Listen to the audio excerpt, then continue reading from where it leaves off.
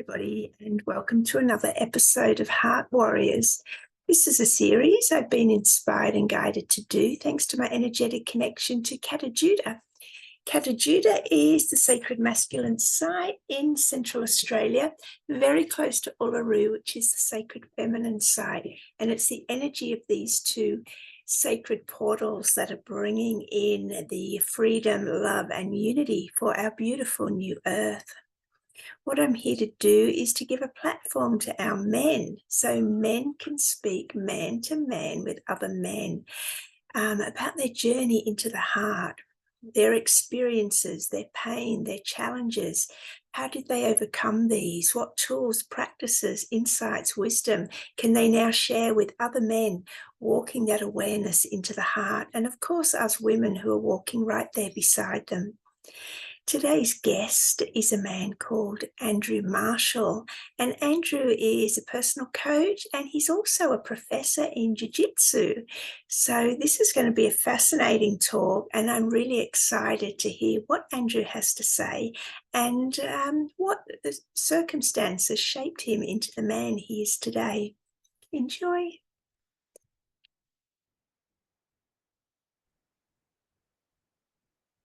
Hello, Andrew Marshall. Welcome to Heart Warriors. Hello, Gemma. Thank you for having me on. Great to be on with you. Yeah, my pleasure. Where about in the world are you? I'm in Seattle, Washington right now in the US. Oh, lovely. Yeah, nice. Let's find out about who you are, as in the man you are today. How would you describe yourself? How would I describe myself as the man I am today? Well, I'm someone who's always trying to live life to the fullest, to the best of my ability, do the best I can in my relationships, really have the full experience of life, and really live my purpose fully. I think in you interviewed Satyan Raja recently, who's a good, to him, for me, he's like an elder brother and a mentor, and just we have this amazing connection. And he's posed the question to me a number of times, and to all of the members of our accelerated evolution and warrior sage community, is the question of, what do you need to do today to live, love, and die complete without regret? So that's a question now. It's a powerful question now I hold and I carry with me every day. So the man I am is someone who is always doing my best to answer that question, not just through thought, but also through action. Yeah, I love that. And for anyone who hasn't seen Setyen's episode, he was number 4. He was at one of our very early Heart Warriors. So definitely an episode worth watching. I know you guys are connected, so I really appreciate Setyen connecting us to have you on the show.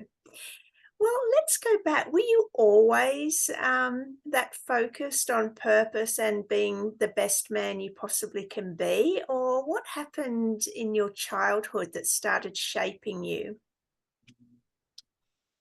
I think I've always wanted to get the most out of life. Well, I think a good shift that I had later in life was focusing on not so much only on what I can get out of life, but also what I'm giving to life, and what I'm giving to the world, and what I'm giving to those around me, which ultimately is how I'm getting the most out of life.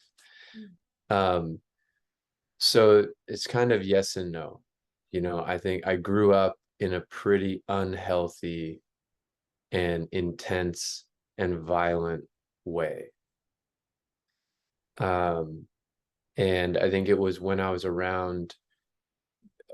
probably 19, 20 years old, I started to become so sick of myself and so sick of how I felt every day, just pain in my body. I felt like I was a broken 60-year-old man, but still only, 19, 20 years old. And broken emotionally, broken physically, just because of how hard I had been on my body in my first 20 years of life. And so I started really seeking out ways to, I'm like, well, okay, I got a lot of life left to live. I need to change something so I can really enjoy life. And the approach that I'm taking now to try to get what I want is really not working. So it was when I was 18, I started training jujitsu. And I know Satyan spoke about that as well as a great, powerful practice for men to have. And jujitsu was my gateway to transforming my life. It really, there's a meme that's commonly seen, people who are in the world of jujitsu, is jujitsu saved my life. And there's like Facebook pages and social media pages of jujitsu saved my life. And it'll have videos of literally, someone caught someone on video, like protecting themselves and saving their life or saving someone else's life. But then also references to, I don't know where I would be today if I didn't have jujitsu. I would be a complete wreck, a mess. Jiu-jitsu saved my life psychologically, spiritually, relationally, physically. It helped me on so many levels. And the benefits of it expanded beyond just the time of the physical training on the mat. Because I started training martial arts, I then thought, I've seen videos and images of martial artists and meditation. If you watch like a kung fu movie and there's the martial arts master sitting in meditation, all of us in one way or another have seen these kind of classic images or ideas. And I started, as a young man, I started thinking, well, what's this meditation thing about? Because for me to imagine sitting in a quiet room for 5 minutes doing nothing actually sounds terrifying. And then when I realized that sounded terrifying, I then said, that's a problem. If I can't sit in a room for 5 minutes, in a quiet room for 5 minutes doing nothing, without the TV on, without video games, without getting drunk, without having something to smoke, without having some junk food to eat, that's a problem. I need to fix that. And so it became this relentless focus of mine, where I ended up finding balance over the years, but I went overly disciplined and overly rigid, trying to find that balance and shift my life in a more healthy and powerful way. So that's when things shifted for me, when I was, 19, 20. Yeah. And I'd love to get deeper into the jiu-jitsu part of it later on in the show. But I'm interested now, you did mention growing up in a environment of violence. Can you expand on that, please? Or Yeah. My parents were pretty gentle people. My parents were they really struggled emotionally and relationally when I was growing up. I didn't experience any violence from them, but I experienced violence in my environment, just growing up in a kind of a hostile environment in my peer groups and in my peer reality and in my neighborhood.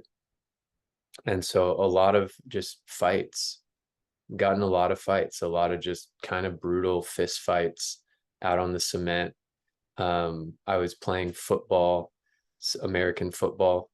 So I was just really into like American football, a lot of drinking, a lot of fights, a lot of, opiates to numb the pain, and then a lot of just watching violent movies and playing violent video games. And even my friends and I, what we would do for fun is what we do. We put on we drink some beers, put on some boxing gloves and see who wins.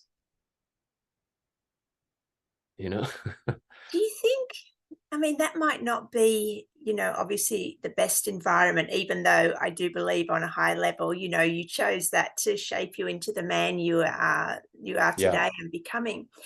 But, if there was the choice between that and the environment that a lot of our young boys are growing up in now, which is, with phones and TV and early access to porn and not being as active physically, which would you choose?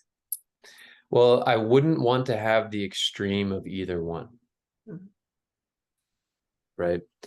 I want to have something in between.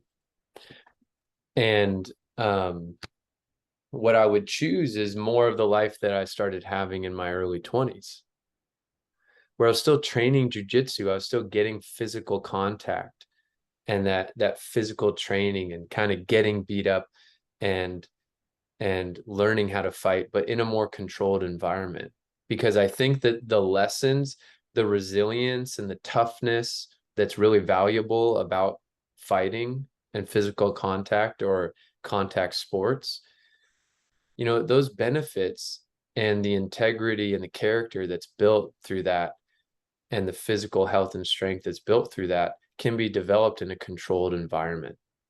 I think it doesn't have to be no holds bars in the streets, when you don't know when someone's going to blindside you and smash your head into the cement, or what weapon's going to come out next, or if someone's going to be pointing a gun at your chest in, you know, out of nowhere. You know, that I don't wish that environment on anyone. I also don't wish the full-on environment, like you said, of young men, their bodies are just kind of soft, they're not very resilient, they're addicted to their phones, they really don't have a lot of you know, energy or toughness to deal with real life situations, or to defend themselves, or to defend someone else. You know, that's also, I think, as you were alluding to, is a pretty harmful reality. So like, I have a 3-year-old son. I intend to be excited about whatever he's naturally into. I intend to give all that I can, all the resources, help him with whatever he blossoms into, whatever his focuses become. And he's going to get exposed to jiu-jitsu, and he's going to get exposed to boxing, and he's going to get exposed to being outside in the wilderness, in nature, hunting, doing these things. So he's going to get exposure to these things. Am I going to force him to make these like his thing that he focuses on all the time? No. I'm going to make sure that it is going to be a requirement that he does some of these things to a degree where he builds that resilience, that strength, that humility, and that toughness that I feel is so valuable. Yeah, I love that. How did little Andrew cope with this violence? Well, one thing was to just always try to be as tough as possible, so that nobody caught me off guard looking weak. And I never, you know, I always did my best. It's like that constant state of vigilance, but also trying to make myself seem tougher than I am, hide my fears, hide my emotions. Um, and a lot of drinking. Like, I remember being 16, and it was in the morning at school. I was 16 years old, and I was pretty drunk at school. And I was just kind of standing there in the hallway, and I thought, man, this is like my favorite feeling in the world. And like, looking back on that, it's pretty sad that like a 16-year-old is like, man, being drunk is my favorite. It's like my favorite thing to do. It's my favorite feeling. And I also, opiates, Percocet, things like that were pretty easily available. And those didn't have any scent. They didn't have any residue. They're easy to take at school, easy to numb out. You know, it's a more of a lighter heroin. You know, it just feels nice. So things like that, masturbation, sex.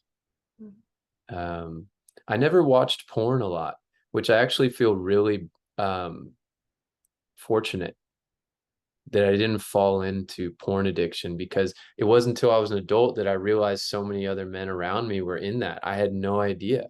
I was like oblivious to it. And I'm so grateful that I was oblivious to it. It missed me. Other things didn't, but that missed me. And yeah, just watching TV, just always having some sort of distraction, you know. And then if shit really hit the fan, or, you know, something happened in the moment, it was, you know, everyone has their fight, flight, or freeze responses. I've always been a fight response. So if it's an argument, if it's an emotional situation, if it's a physical situation, I coped and responded by fighting. Andrew, what would you say to a young man who is seeing himself in your shoes in late school or, late teens, early 20s, whatever the age, and thinking, okay, I can identify with where Andrew was and I want to become something similar to the man he is today? I know you're going to say jiu-jitsu, but apart from that, what are you going to say to that man? Young Yeah. man. And I would say, yeah, as one of the many options that are out there, jiu-jitsu is one great option. And I do emphasize there are many options, because that's a feeling that I had also of, you just don't, when you're younger, the younger you are, the less you have a broader perspective of life, a bigger life perspective. You have a smaller life perspective, not in a demeaning way. It's just you haven't lived as much life. Some people have moved around, but most younger people, they've lived in one place. Your one reality. It may feel like you don't have many options for support. You don't know where to look. You haven't been exposed to different things. The truth is, there are many opportunities, many beneficial opportunities and healthy outlets for support. One of the great things about jiu-jitsu or something like jiu-jitsu is there's the training itself, which can really give a young man like that need for physical contact or training or doing something cool, like learning arm locks and chokes, and like, oh, that's so cool, but then there's so much community and there's people of all ages. So what I think would have been really helpful for me as a teenager is spending more time with older men of integrity, instead of just the constant feedback of my peer group of other young guys who are also in turmoil and in the same groupthink as me, when we're just feeding off of each other. Now, they were my brothers. A lot of them, I still feel them. They're like my brothers, as though they're my biological brother. And we went through so much together. And we had a lot of freedom growing up too. It wasn't all bad. Like, we had a lot of freedom to go do what we wanted to do. Now, the problems was, with that freedom, we would, be drinking and driving and getting in fights and going crazy and doing crazy stuff. But I think something that if I'm talking to you, young brother, young man, think about who are the men in your life that you can genuinely trust to at least start a conversation with. And maybe they can be the one to support you, or they can be the one to point you in a right direction. If you're racking your mind and you just, like, gosh, you feel like you don't know who you can trust, it's hard to find a man you can trust. My information is going to be connected to this podcast, and I'd be happy to jam on you, learn about your disposition, your interests, your focuses, and steer you in a good direction. Also, another core thing is, think about, what are you interested in? What are you really into? And then do everything you can to figure out how you can spend as much time as possible doing that thing that really excites you, that really lights you up. I hated school, right? So there might be a young man listening to this who hates school. Fine, hate it. If you don't have another option for schooling, your parents aren't helping you set up alternative, more personalized options for schooling, you got to just finish up public school, just get it done, do what you need to do, and then spend as much time as possible in that sport that you love, playing that musical instrument that you love,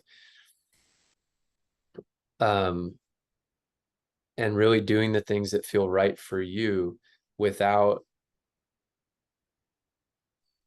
basing your decisions too much on what your peer group might think. Like, have the courage to go the direction that's right for you. And that's what I was finally able to do when I was 19, around 1920 there. We graduated high school, and Now we have even more freedom, finally out of school. Great. I just started working full-time.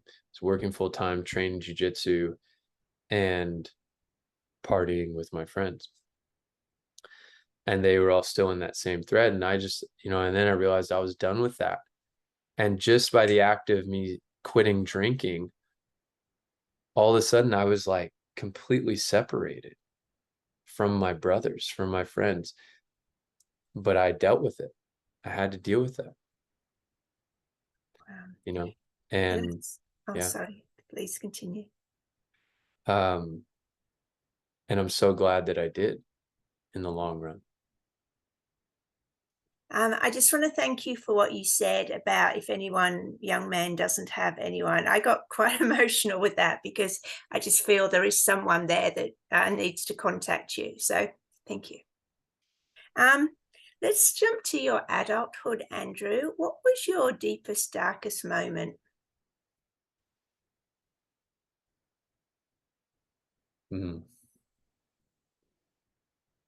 Wow.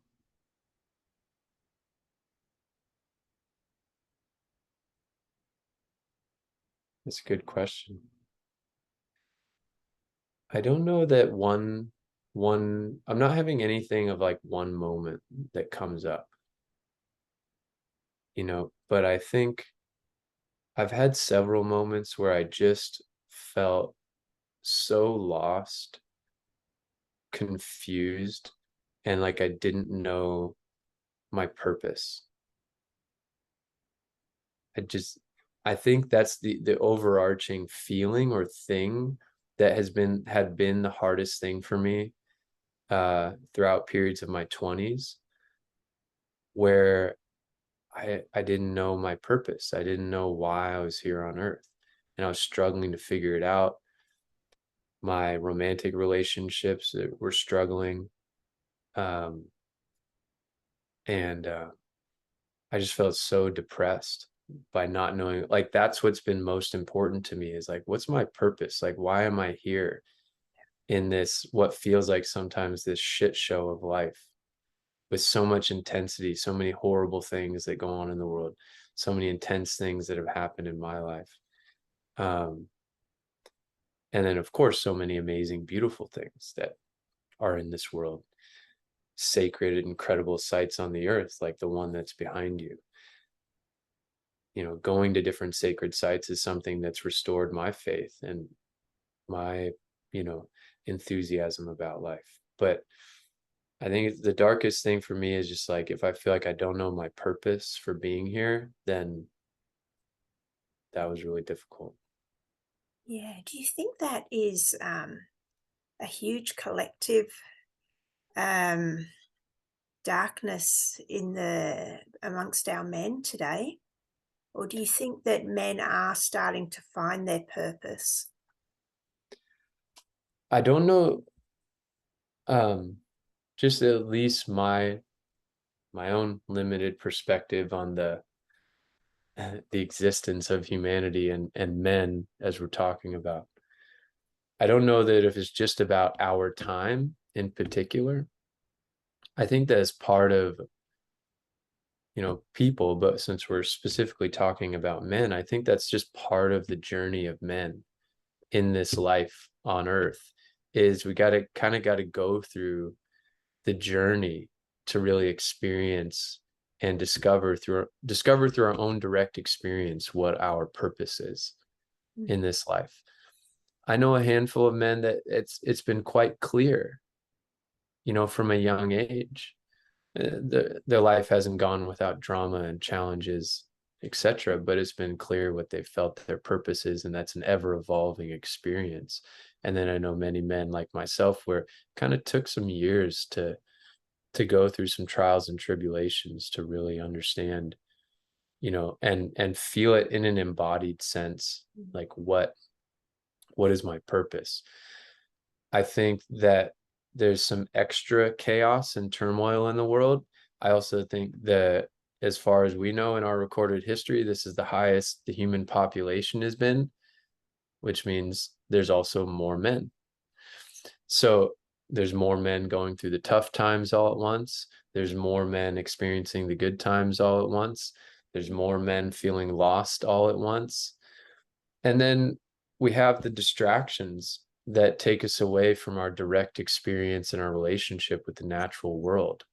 So that's a big problem. And I'd say, as I kind of flush that out loud, to answer your question, I think men's disconnect with the natural world is one of our biggest issues on earth and in civilized society. Yeah, that is really powerful. Is there anything else you'd like to say about that, specifically connecting with nature, before we go on and discover how you found your purpose?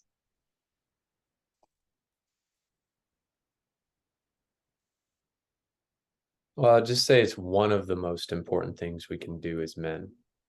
If we want to be good presences, if we want to experience life in a good way, we need to be connecting with nature and the natural world.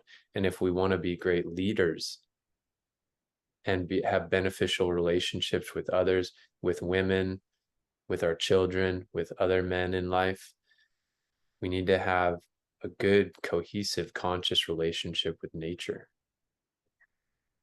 Like the organic mother and father, that, you know, the softness, the hardness, all the elements that, you know, you can bring into your experience through connection with nature. That's how I see it as a female. Yeah, thank you for sharing that. And it's just respect, you know, the recognition of relationship rather than the earth just being a resource. Yes. Yes. Beautiful. Beautiful. So, Andrew, how did you go from those darker places to discovering your purpose? What specific steps do you remember taking, or practices, other than jiu-jitsu? But we can talk about that if you like. But I'm interested also if there were any other steps that you specifically took. Yeah. And I may mention jujitsu in it, but it's just as part of the kind of the timeline. Yeah. There is basically, my experience was that once I graduated high school and turned 18, that meant I was able to stop going to school. And my dad also said, "You're 18, so you don't have to come to church anymore if you don't want to." So I turned 18, I got to stop going to school, I got to stop going to church, which then helped me. I started reading tons of books and opening up spiritually. Mm. So that's what I needed. School and church did nothing for me except hold me back, my personal experience. So I started reading a lot of books on spirituality, and I started looking into meditation. Mm. And that interest just grew. It grew from challenging myself to just see how it felt to sit in a quiet room for 5 minutes with my eyes closed doing nothing, to getting exposed and researching more different actual meditation techniques and practices, to then meeting my first spiritual mentor, who is an amazing woman who I met very synchronistically, who just then the opening up to the spiritual world, spiritual practices, my own personal healing just became exponential. She then connected me to a community of people holding ayahuasca ceremonies. And then ayahuasca became just a forefront focus and modality for me to do a lot of deep healing work and rediscover my direct relationship with nature and plants, and doing a lot of just good detoxing and just have profound otherworldly experiences that help me on so many levels. Prior to, backing up just a little bit, I was 24 when I went to my first ayahuasca retreat. And then I was just like, oh man, this feels so right for me. And I just was like dove in for years after that. Went to Peru twice, went down there for 2 times a month at a time, just deep dives in the Amazon jungle. And prior to that, I a few of the brothers that I grew up with were having similar interests to me, and we did some mushroom journeys together. We did some LSD journeys together.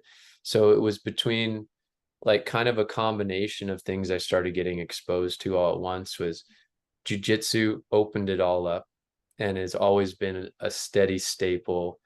Jiu-jitsu's been like my this beautiful life partner that's stood by me in every iteration of my adult life, every step of the way.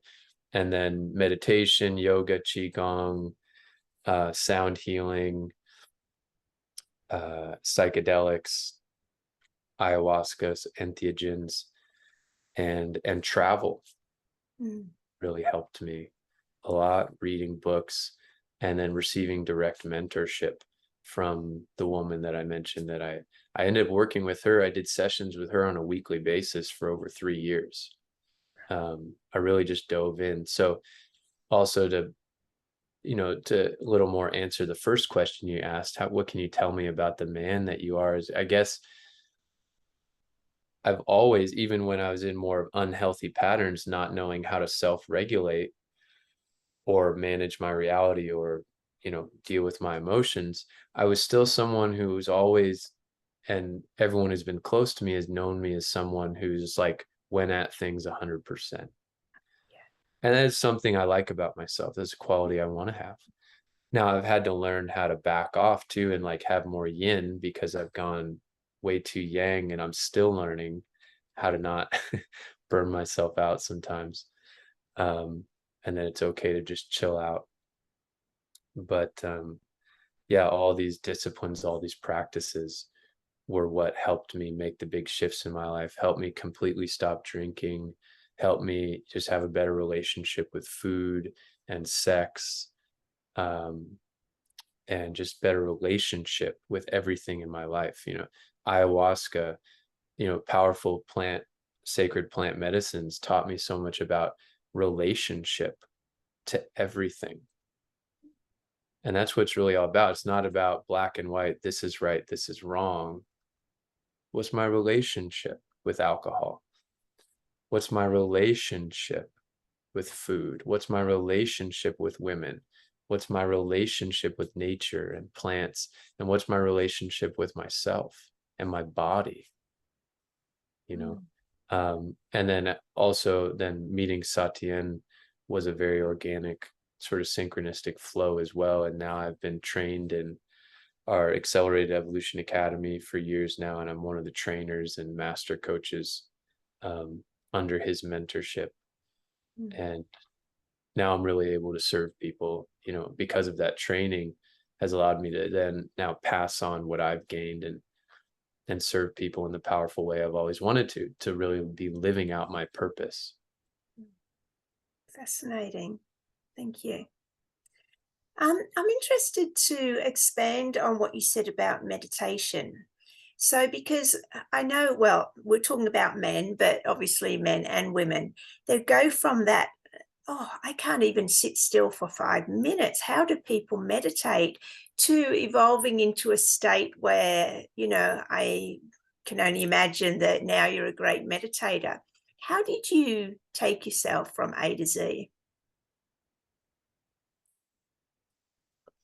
I think that's one of the things that maybe, because I grew up always playing sports. Sports were also, prior to jiu-jitsu, sports were my saving grace because they gave me motivation, gave me something to do. It kept me physical while I consumed ridiculous amounts of sugar and alcohol every day. I mean, I think I don't know how diabetic or, overweight I'd be if I wasn't also sprinting, running, and fighting every day. But I think it's like the map that sports and martial arts provide is they teach you, if you do this consistently over time, you're going to make incremental progress. And I'm sure if you've been playing guitar your whole life or anything, right? It gives you that roadmap of progression in life. You know that if I stay with it, it's going to improve. So for me, it was, I knew that if I could sit for 5 minutes and feel like I had somewhat of a successful meditation where I felt more peaceful, I felt more integrated within myself, I was starting to have more self-awareness, and calmness, and people would comment like, wow, you seem so calm, you seem so present. I'm getting that kind of feedback as well.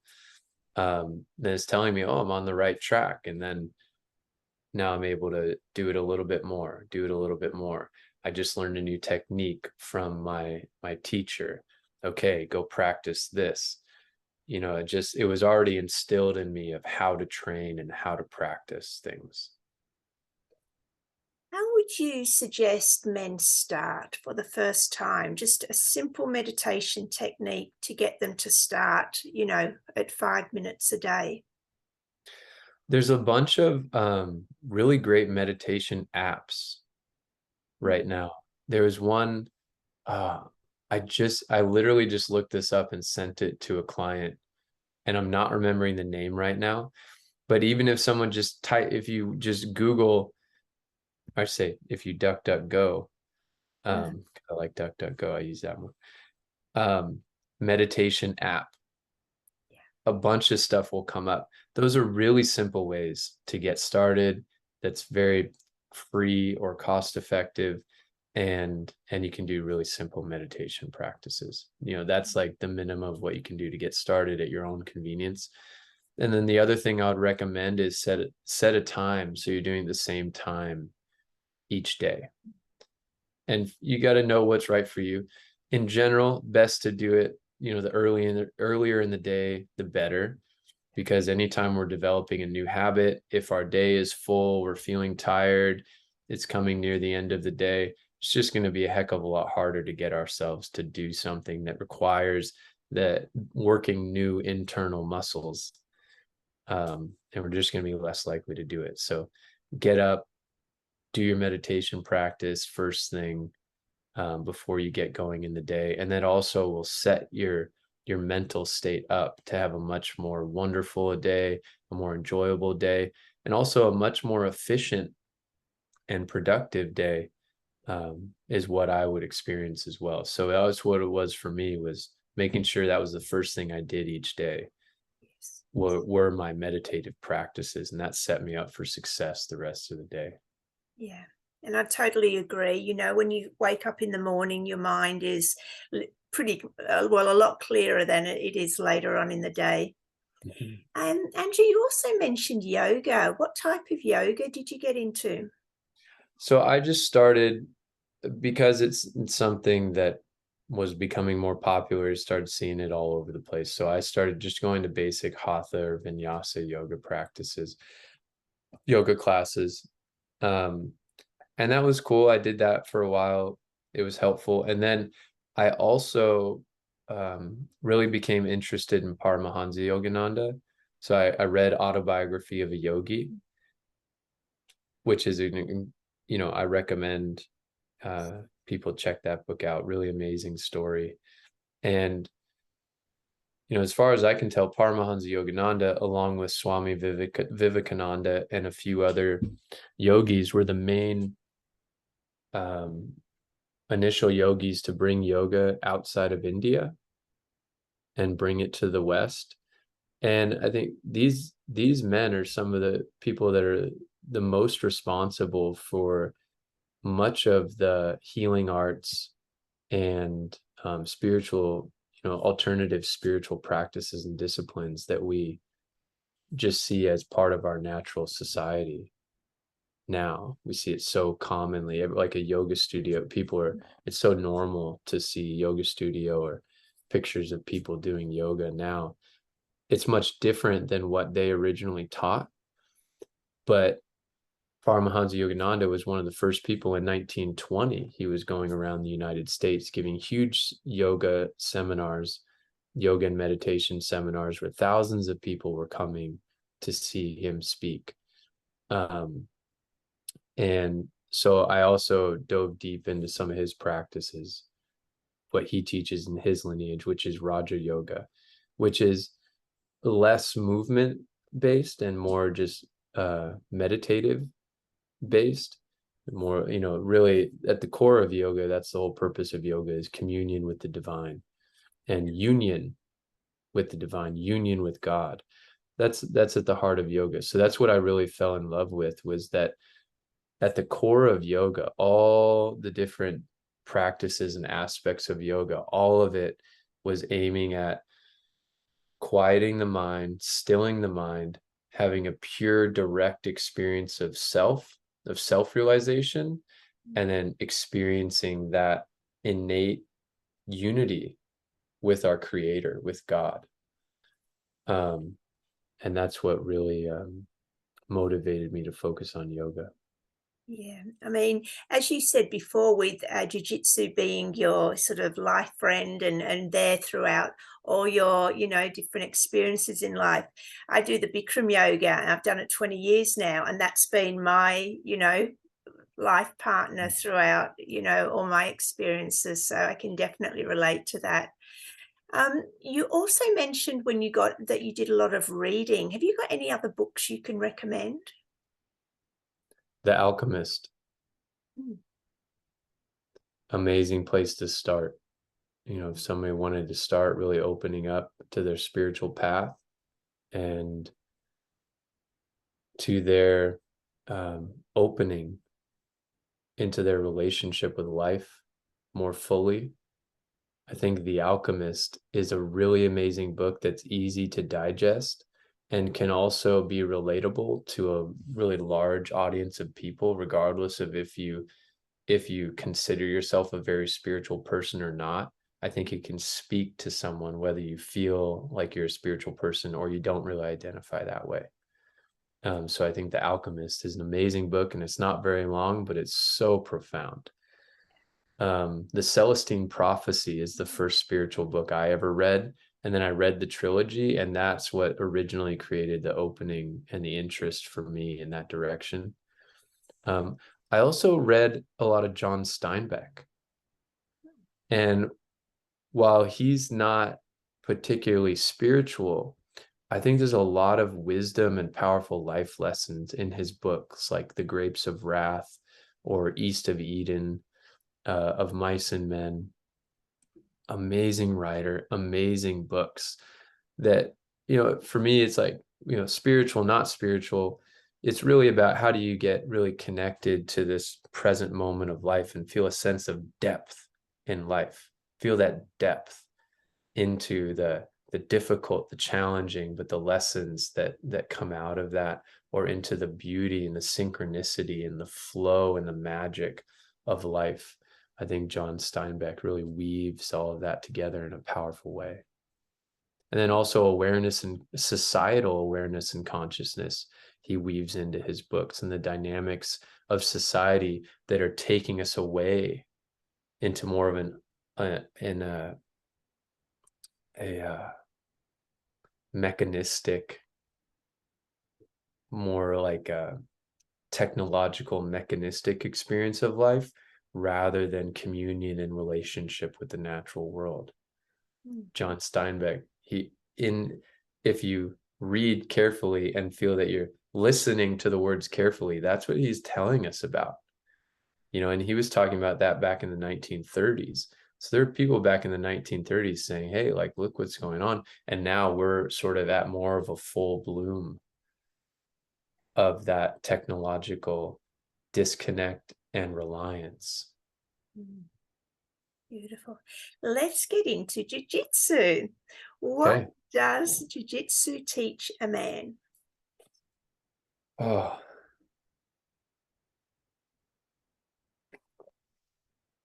maximum efficiency with minimal effort. It also teaches a man to be humble. It teaches a man to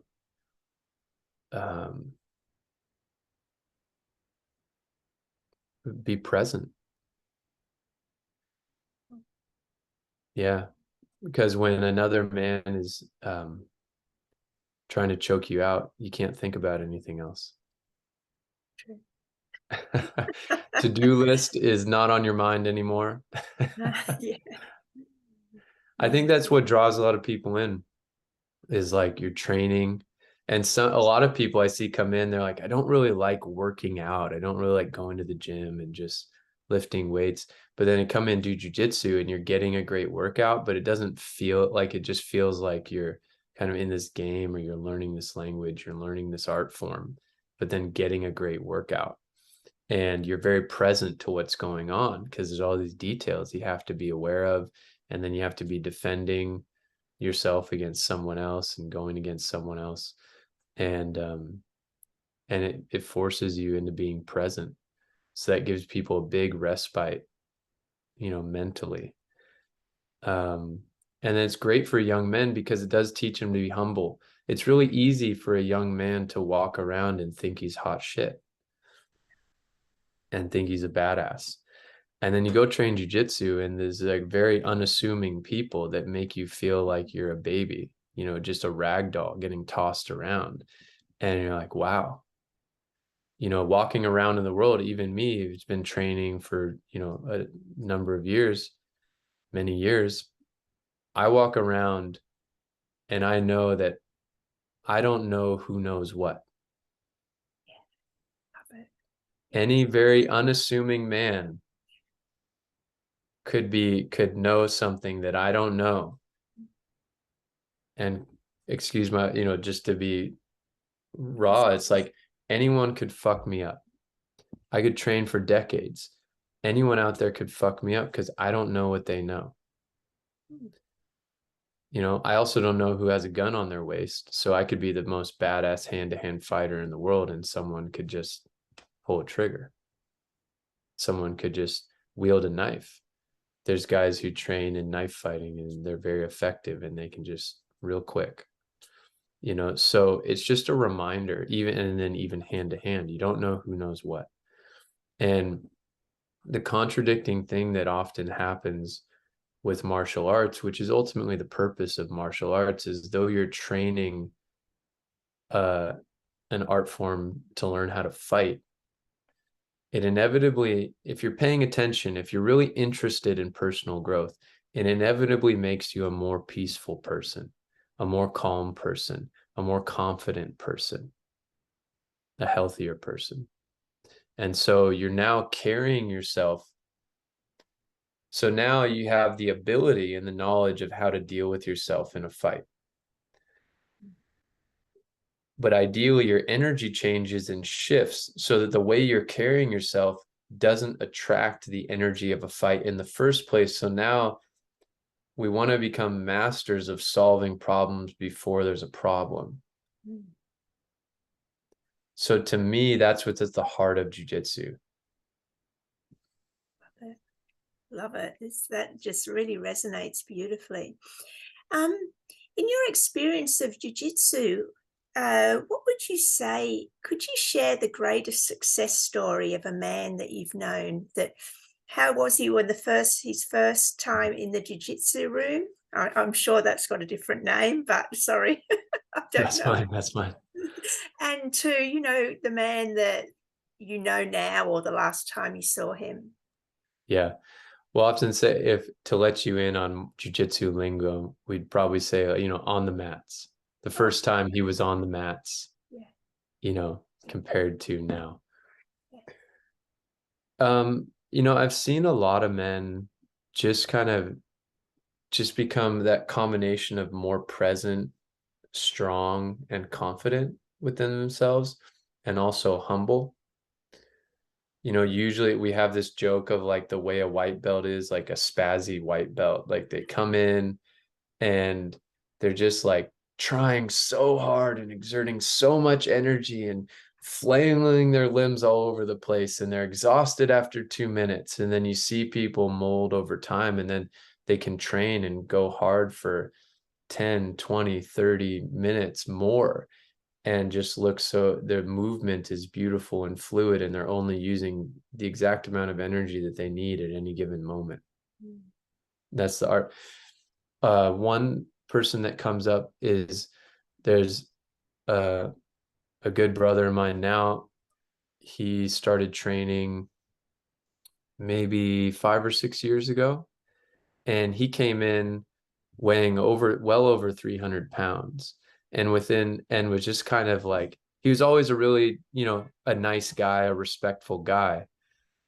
But I know that he was struggling in his personal life, and of course is very overweight and not healthy. And he lost just over 80 pounds in 5 months, and then fell in love with jiu-jitsu, and he stuck with it. And he's a pivotal member of our community and just a great guy. And he's a great example of someone who had a huge shift when he started. And now he's, since that time, he had a second daughter who he has a great relationship. He's got his wife. He's running his own business quite successfully.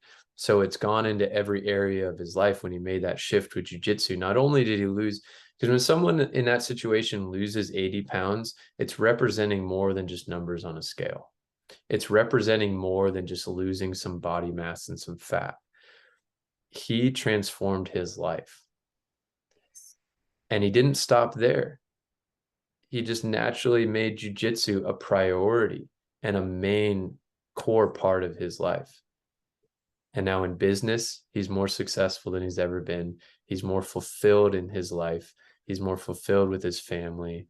And every time I see him, he's just a wonderful person to be around. How amazing. I just love stories like that. Yeah. So, And at the same time, he's a guy you wouldn't want to mess with. Okay. Yeah. Yeah. So he just carries that. But see, when you're actually a dangerous person, you don't have to try to act like you're a dangerous person. Going back to what I shared how I was coping as a teenager, I really had to act like I was a dangerous person. Right. And I really had to try to make sure I proved that to people. Yes. And that was constantly on my mind of how I needed to prove that. That's not a problem anymore.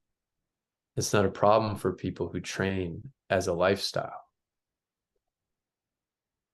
Is it a matter of when you were young, you were putting that defense mechanism out there, but now you've got it within that you can call on at any time? You don't have to display that defense mechanism. You've let down your walls because you can call on it whenever you need to.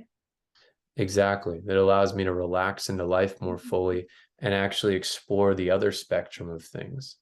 My inner world, my softer side, actually open to love more fully in my life for myself, for my partner, for my son, for the people in my life. I can relax into being a warm, loving presence and have great relationships. And I don't have to be afraid of there being a backlash there, because I'm also trained to, then I can just hit the other switch if I need to, which I'm also not naive to the world that I live in. I train tactical handgun skills. I train jujitsu. I train kickboxing. I do all these things because it's part of my lifestyle. And I'm grateful to know that I could call on these things in a worst case scenario. But for me, it also allows me to, I can express my softer side more easily as well, which, a lot more men would be a lot happier if they knew that they could relax into that as well. Yeah, and as a female, I feel your energy is very safe, even though I know you're a very skilled warrior. You've got this beautiful, grounded safeness, presence about you. So, yeah, we can really feel the difference, rather than a man that's sort of strutting his toughness around, with someone like yourself who is humble and grounded. And we know that, if we needed protecting, you'd be the first one to jump up. Well, yeah, and I really appreciate that reflection. And, we've been talking so much about I've been sharing about the benefits I've experienced. We talked about the benefits of men, but that's something I think about as well, is if I'm doing my part as a man to be a well-rounded man, to be an integrated man, to be a conscious man, I'm also affecting the women in my life and the women that I come in contact with. And there's been, for decades now, there's been a big focus on femininity and uplifting women and being respectful towards women for very good reason. Mhm. and allowing the powerful creative capacities of women to come forth in the world, for women to feel safe, for women to feel like you can have all the freedom of choice and expression and opportunity in the world. Well, as men, the more we cultivate this presence within ourselves, the more we open up the space for us to allow that and to not get in the way of that, and to also not feel threatened by it. Because why hasn't it happened in the past? Because men feel threatened by that. Men feel confused by that. Men feel like, well, I need to keep some control here in the way that I think it should be. That's a fascinating discussion. It really is a matter of us healing united and in unity together, the masculine and the feminine, the men and the women. And I think from my journey and what I've witnessed in the spiritual and awakening community, the focus was on the women the past, let's say 5-7 years, because we were, many of us, in our masculine, so the men felt that, and so they were in their defense mode as well. They couldn't soften and into that beautiful, grounded, humble presence because they were always on alert. And us women had to soften and come into our heart and drop our defenses and come more into our femininity, that now the men can open up into their beautiful, healthy masculinity, because they're not feeling always threatened that we're going to be some, emotional, um, wounded attack on them. Yeah. Yeah. So yeah, and of course, we're all just evolving and doing the best we can in relationship to one another. But I think the more men, just bringing it full circle there, the more men that are doing their own personal work and really embodying their strength and opening their hearts at the same time, or on that journey, the more we open up space, the more we make the world better for women as well. I loved what you said then about men opening their hearts. Where does the heart fit into healthy masculinity?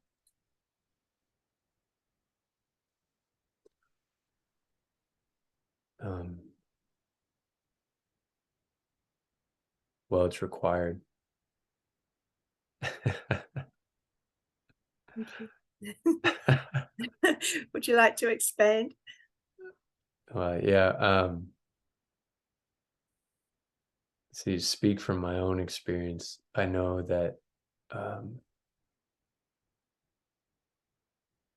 if I've tried, in times when I've tried to just live, just be in my masculine energy, be in my go energy, be in my head rationally, and try to be in control and rationally think about life and just feel like this is how it should be. This is how we should interact in in our relationship. This is how I should be in my work and in my mission and in my purpose. And, I just end up getting burned out and confused and exhausted. And the more I can relax into living from my heart, which is obviously, it's a very subjective experience. We can talk around that all we want, trying to describe it. But the more I can really bring my awareness down into my body and live more from my heart and my intuition, that actually the more ease and flow I experience in life. It's also not about going all the way the other direction where we demonize the mind, because in so many spiritual disciplines and conversations, it's like too much mind. Don't be all in your mind. Don't be all in your head. Let go of the mind. Let go of mind. Let go of thoughts. Get out of your head. Valhern, get out of your head. The mind serves a very important, powerful purpose, just like the heart serves a very important, powerful purpose. And I think we've just been in a phase of human evolution where the mind has been so intensely in the driver's seat. And the heart and the mind, the heart's like, hey, I don't know, shut up, stay in the back seat. I'm driving. I got this. We're going to go step A, B, C. Don't worry. But nope, got it. Shut up. Yeah. And we can also see the mind is the masculine and the heart is the feminine within us.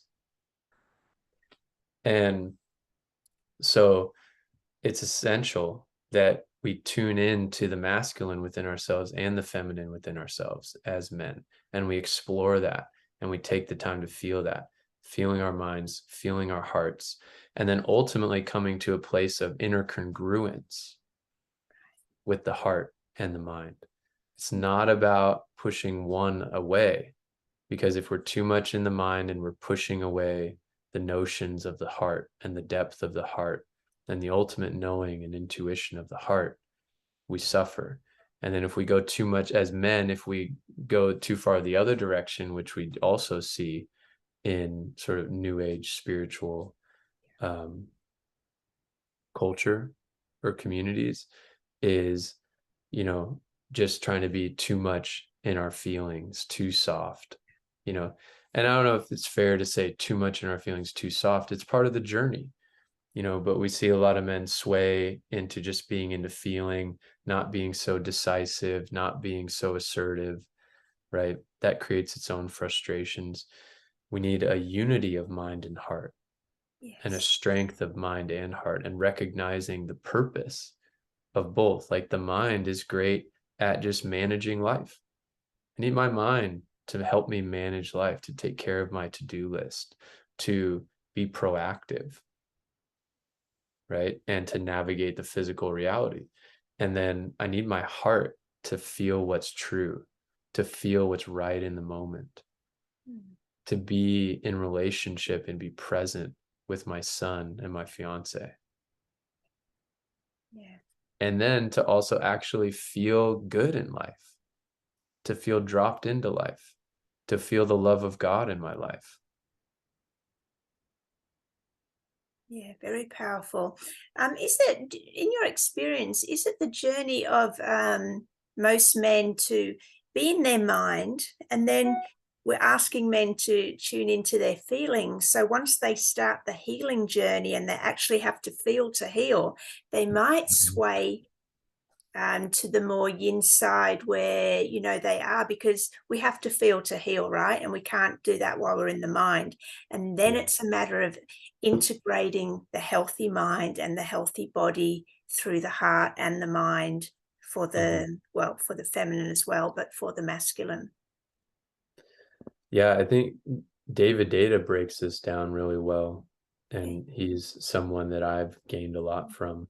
That's actually, you ask what's a number one book for men, is the way of the superior man. Love it. It And for women.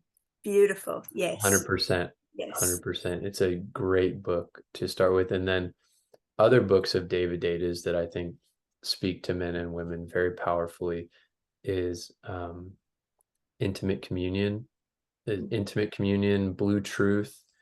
Both of those books for men and women are incredibly powerful for individual growth, and then also growth in relationship together.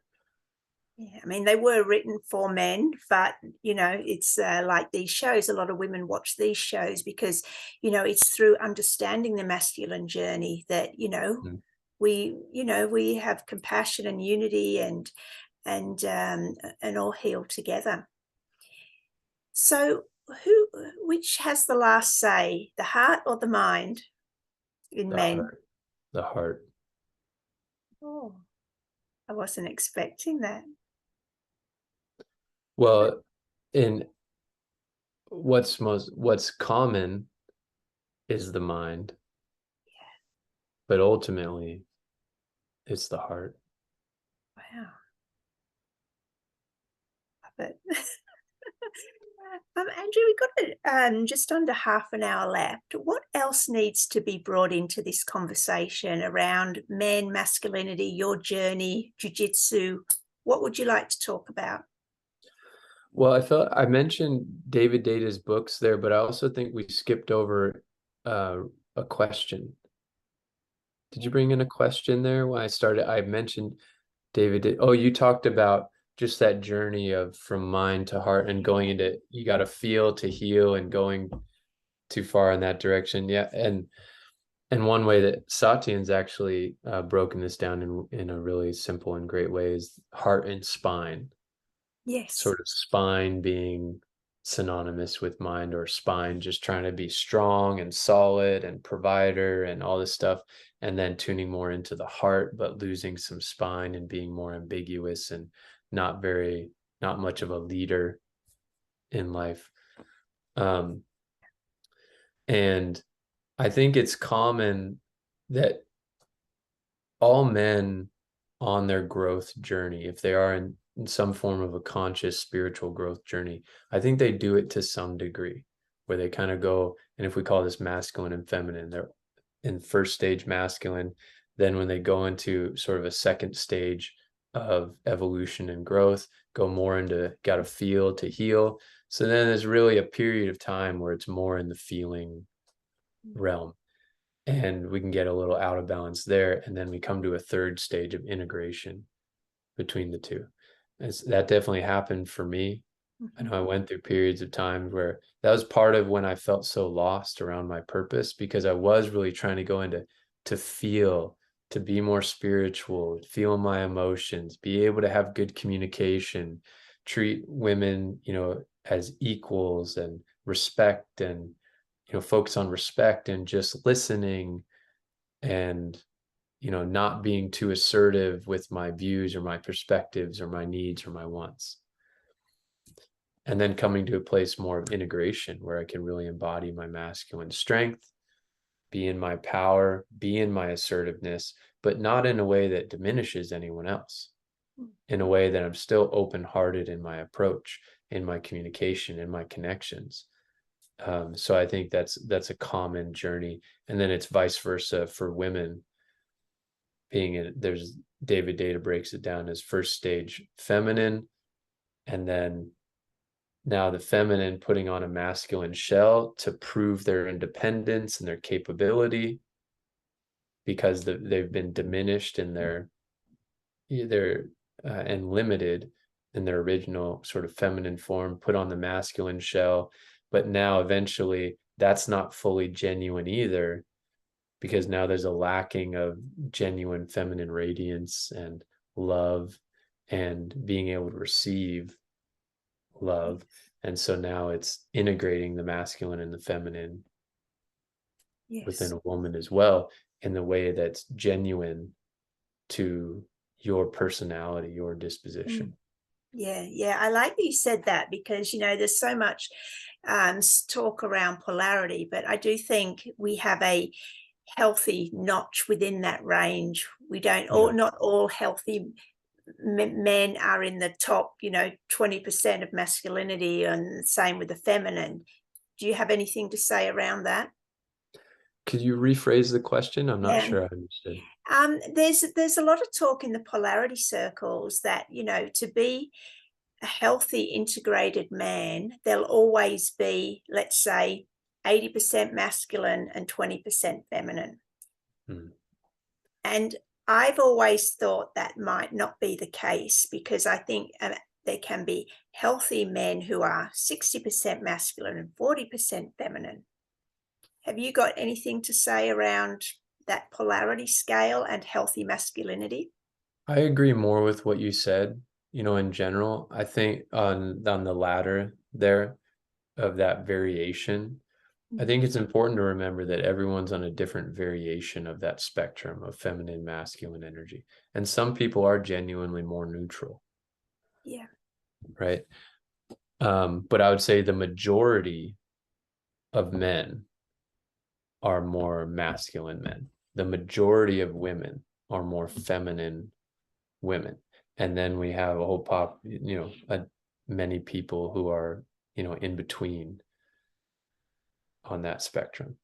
Yeah. So, and then you have a handful of the population of men that are actually more feminine, and a handful of the population of women that are actually more masculine. So it could be flip. It could be, there's a lot of men, if we want to use these subjective percentages of like, okay, most men are 80% masculine, 20% feminine. Most women are 80% feminine, 20% masculine. And then you've got a handful of men that are 80% feminine, 20% masculine. And they operate from more of a feminine energy and disposition, and vice versa for women. And I think that that's a reality. And then you got people that are kind of just 50-50, more neutral. Yeah, such a fascinating conversation. I did want to get into your perception, your opinion, wisdom around the topic of competitiveness. So obviously, you know, you've probably witnessed the wounded variety and the healthy variety. Can you expand on this subject and give us your thoughts around healthy competitiveness? Because I do believe it is a masculine trait, healthy competitiveness. Yeah, I think it's a valuable thing. I think it's something that pushes us to grow and evolve. I know that when I've competed for years, whether it was in sports or in jiu-jitsu, in boxing, I've competed for years. And when I had a fight or a match coming up, it got me to train a little harder, to be a little bit more focused. And there's no way I would have been that as focused. There's no way I would have gotten that extra training session in when I was already exhausted, or, you know, sacrifice something else to get that training session in on a day when it's usually my day off. Like, and I end up getting a lot better at jiu-jitsu or getting a lot better at boxing because I had something that I had to train for. So it definitely pushes us to improve exponentially more than if we don't have a competition coming up. The unhealthy form of that is when we start basing our self-worth on whether or not we win or lose. That's what I noticed for myself. I really suffered and struggled when I finally recognized how much I was egoically basing my self-worth on whether or not I won or lose. And if I would lose, it would just be like, the next week, it's like, I can't think about anything else. I'm running through those moments where I made a mistake. Oh, I could have done this different. I could have done that different. That asshole thinks they're better than me. Oh, I would just want to get another chance for a rematch. I got to go train harder. And then I'm just driving myself into the ground, and I've gotten injured because I was just putting pressure on myself. I have to train more now because I lost. Because my self-worth was tied up in needing to win and needing to know, you know, how other people perceived me. External validation, right? Over internal worth. Over just my own direct experience of my innate worth. Yeah. And so the healthier sense of competition is, of course, we all prefer to win. It's not about taking away the preference of winning, but it's about, can I hold a steady disposition and just be grounded in my own sense of self-worth as a human being living this amazing life, whether I win or lose. And if I lose, I can humbly receive the lessons of that loss. And if I win, I can humbly enjoy, you know, the celebration of that win that I had worked so hard to achieve, and ultimately be able to play the long game. And recognizing also a healthy competitor will be able to sit back and really ask themselves, why am I doing this in the first place? Am I just do I just want fame? Do I just want recognition, external validation, like you said? Do I just want to feel good about myself because I can beat someone else? Or am I doing this because I just genuinely love doing this day in and day out? And the competition's a bonus. Winning is a bonus on top of me just doing what I love to do on a daily basis. There's a really amazing jiu-jitsu world champion. People call him Cyborg. And he's like a 10-time world champion. And this quote is not perfect, but I remember reading a post he put online a couple years ago. And he said, if you love the gold medals more than you love training every day, you're not going to be nearly as successful.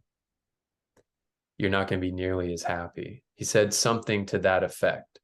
So it's like, really, all the best world champions, all the best competitors are the ones, they're not doing it because they need to be world champions. They're doing it because they love what they do day in and day out. That's so important. And you know what I got while you were sharing that, if it's just the gold medals, it's like always having to have a new car every year. So you've got Yeah. something to show off. Whereas when you cultivate the inner self-worth, as you said, the inner joy, the inner peace, you don't need that shiny car or that shiny gold medal to, keep that state of embodiment in you, because while you're chasing always the external, it's only a temporary high. Yeah. And when after a few weeks or a few months that drops, and then you just go out seeking the next one. Yep. And so now we're talking about, back to the topic of men's sense of purpose, men's health, men's sense of purpose, men's enjoyment of life. This translates to all areas of life. It translates to business. Am I building and doing this business because I'm trying to prove to my dad I can be successful, or I'm trying to prove to the world, or I'm trying to prove to myself, or I'm trying to prove to my ex I can make this amount of money? Or am I busting my butt building this business because I feel passionate about the positive effects it's going to bring to the world, the positive impact I can make, because I really believe in my product, because I really believe in this practice, because I really believe in this coaching methodology, because I believe in this and I love focusing on this day in and day out. Am I in this relationship because it just, I need that personal validation and the high of being with this person, or am I in it because day in and day out it just feels right? I love being in this relationship. I love, so it, and then that's what I see in sports as well. It's like the people that have the most long-term success in sports is because they just love it. They just do it day in and day out. They don't really worry about so many other things. They don't worry so much about money. It's like, this is their passion. This is what they love. They end up having the most success. Yeah, so true. We've only about 10 minutes left, Andrew. I was going to ask you, you've got a 3-year-old son. What are your highest values around fatherhood?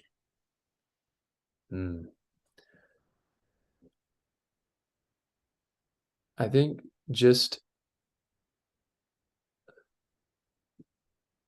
the words aren't quite coming to me. I really am excited to see the person that he unfolds into and see what he is naturally into. And I can genuinely say, as long as he's living a life of a healthy, good life, a healthy, good human being, I don't care what he's into. I'm just gonna give everything to support him for what he's into. So that's exciting for me. And if he happens to be into the things that I'm into, that's amazing. That's super cool. If he's into completely different things, that's fine. I'm just excited to pour my love and support into, him, having the most success in whatever he's interested in, and making sure that he knows that I'm here. His mother and I are here for him, no matter what. And we really love him. And I think also one of the highest values, the things that I've noticed as just one of the most important, simple things for our children, is that we're just really genuinely involved in their lives. Like, not just saying, I love you, not just giving them the money that they need, but like day in and day out, you're like really involved in their lives, engaged with them, interacting with them, keeping them on track when they veer off, actually being the annoying, overly present parent, even when they don't want you to be around. It's like, nope, sorry, because that's where I feel like I had more freedom than I should have had. And I've talked to other people that had too much freedom growing up and got into drugs and alcohol and into bad situations. So I think parents being very involved and present on a daily basis and knowing what's going on intimately with their kids, and then supporting them in whatever they're genuinely into, because I've also seen a lot of examples of parents saying, well, like, no, this is what my kid's into. This is what you're going to do. And not appreciating them for what their true natural gifts are. Beautiful. Andrew, where can people find you? So my website is embodythepractice.com. And it's just a landing page that shares some basic info about what I do, the type of coaching work that I do. We were connecting about, I shared about my connection with Satyan, and I'm an accelerated evolution certified master coach and trainer for the Accelerated Evolution Academy. So that's an academy where we train people to become world-class coaches and leaders in the world with powerful methods of shifting consciousness and helping people, live their lives to the fullest. So that's my main focus. That's my main work. And you can also find me on the mats, on the jiu-jitsu mats. On Facebook, I'm just Andrew Marshall. Mm-hmm. And on Instagram, it's Embody the Practice.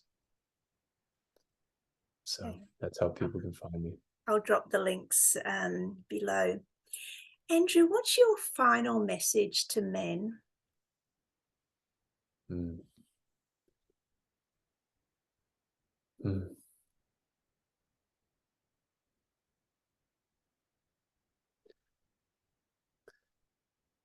Relentlessly discover and live your purpose. And if it feels overwhelming, and if you don't know what your purpose is, if you don't know what you want to be doing on a daily basis, or what you would love to be doing, another way of saying live your purpose is do what you love on a daily basis. Because if you gravitate towards what you genuinely love, you're doing yourself a huge service, and you're naturally going to be doing the world a huge service. The more happy, strong, and open-hearted men we have in the world, the better place the world's going to be. So if you're pretending like you like something, if you're doing something just for the paycheck and pretending that it's okay, you're miserable and you're making the world more miserable. And if you're not sure what you would love to do, if you're not sure what your purpose is, it's time to day in and day out dedicate yourself to discovering that. And it's not going to come just like, oh, I'm going to try to figure it out now. It's like, it's a journey. Like, go on the journey, be on the journey of life. Love the journey. Beautiful. Thank you. Well, Andrew, we've had an amazing conversation. Thank you so much. You brought so much groundedness and presence and humility, masculinity to this conversation. So thank you so much. I truly honor and admire your message. So thank you. And I'm sure a lot of other people will as well. Well, thank you so much, Gemma. Really an honor that you had me on your podcast here. Really an honor to be included in the circle of heart warriors. I hope I did a good service to your podcast here and to the message that you're aiming to put out. And thank you so much for all your efforts of connecting with men, having this podcast, putting this message out, and doing all the amazing work that you're doing in the world as well. Thank you. So everyone, thanks for watching. If you could like and share and subscribe, I'd appreciate it. Get the message out to our men. And I'll be back in a few days with another episode of Heart Warriors. Bye. Sweet.